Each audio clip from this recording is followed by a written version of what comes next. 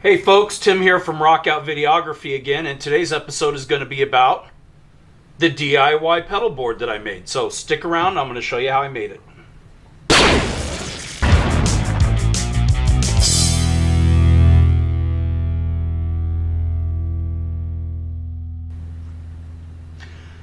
Alright, first of all, obviously you can just buy a pedal board if you want to, and there's a lot of options that are available on Amazon or sites like Guitar Center, Sweetwater, or Musician's Friend, and you can spend a little bit of money or you can spend a lot of money. It just depends on what you want to do. But if you're like me and you like DIY projects, then a DIY board is probably a fun idea. I did a lot of research online. I looked at a lot of pictures of other people's DIY projects for pedal boards and kind of took some of the ideas that I liked and combined them with some of my own and came up with this. So the first thing that I had to do was I had to lay my pedals out and measure them to figure out how much space I was going to need. And what I decided on was a board that it had interior dimensions that would be 14.5 inches deep by 24 inches wide. That would fit all of my pedals. I decided to go with a stepped design with 2 rows, and I decided that I would use 1x2s and 1x3s for the crossbars.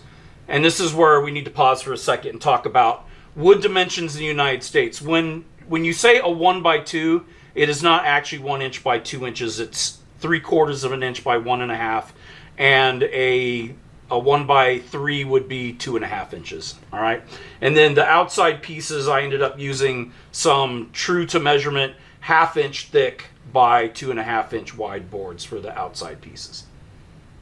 So I went to Home Depot to get all the parts that I would need for this build, and when I got them home, it was time to get started. First, I laid out a bunch of the pieces that I had to see how it would come together. Then I started measuring and marking the pieces to prepare them for cutting. I clamped same size pieces together and cut them all at once with my Ryobi battery powered chop saw. I love this tool for its convenience, especially for small jobs. Next, I measured and marked the side pieces and used wood glue and my Ryobi battery powered brad nailer to secure them together. This is another awesome tool for DIY projects and gets a lot of use here in the shop. I used scrap 1x2 boards to make a simple jig while assembling them to try to keep everything square and even. I thought about where future brad nails would need to go through these pieces when deciding where to put the nails. I didn't want any nails trying to cross through each other later when I added the crossbars on top. At this point, I decided to set the pieces together to see how it was all working out and get an accurate measurement for the back piece. I decided to do a lot of sanding, and my Ryobi electric sander was a real time saver. I've always hated sanding stuff, especially by hand. This tool makes it really quick and easy. I next needed to drill the holes for the instrument and power cables to go through the sides and the back of the pedal board. I also needed holes for the handle, which is a kitchen drawer handle I also got at Home Depot.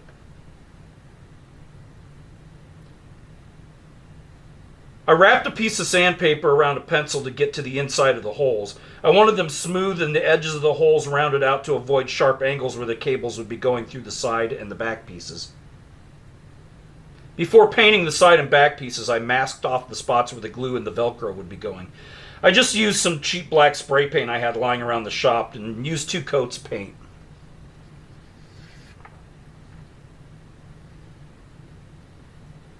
I decided to use a golden oak stain on the wood for the crossbars on top.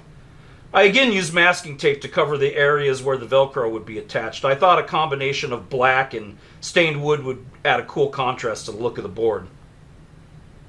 I measured and cut my Velcro strips to fit the crossbars on top and the small pieces on the sides and the back. I know there's a debate about using the hook side versus the loop side on pedal boards, but I've always used the hook side up on my boards and the loop side on my pedals.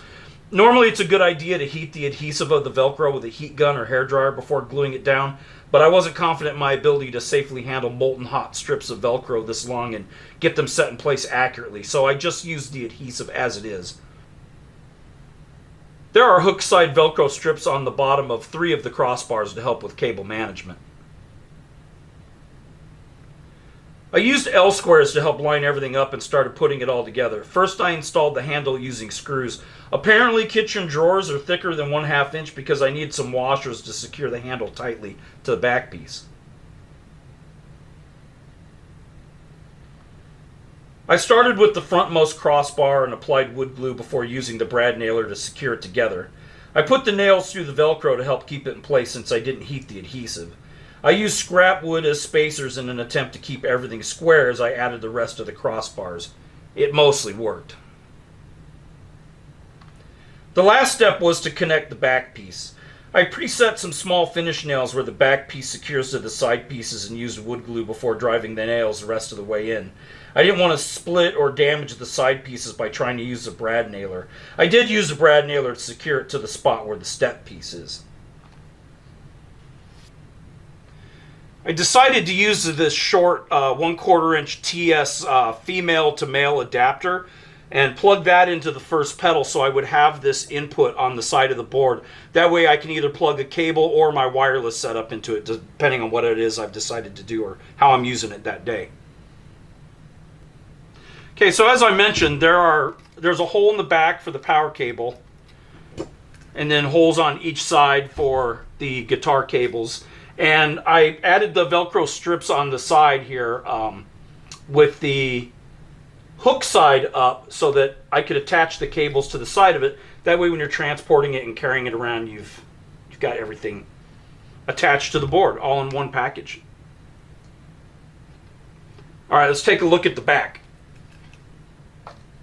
On the back of the crossbars, like I talked about, I used the fuzzy, the loop side down, and I just used these 1-inch Velcro cable ties that I got at Home Depot and used them to secure all of the cable management for the back.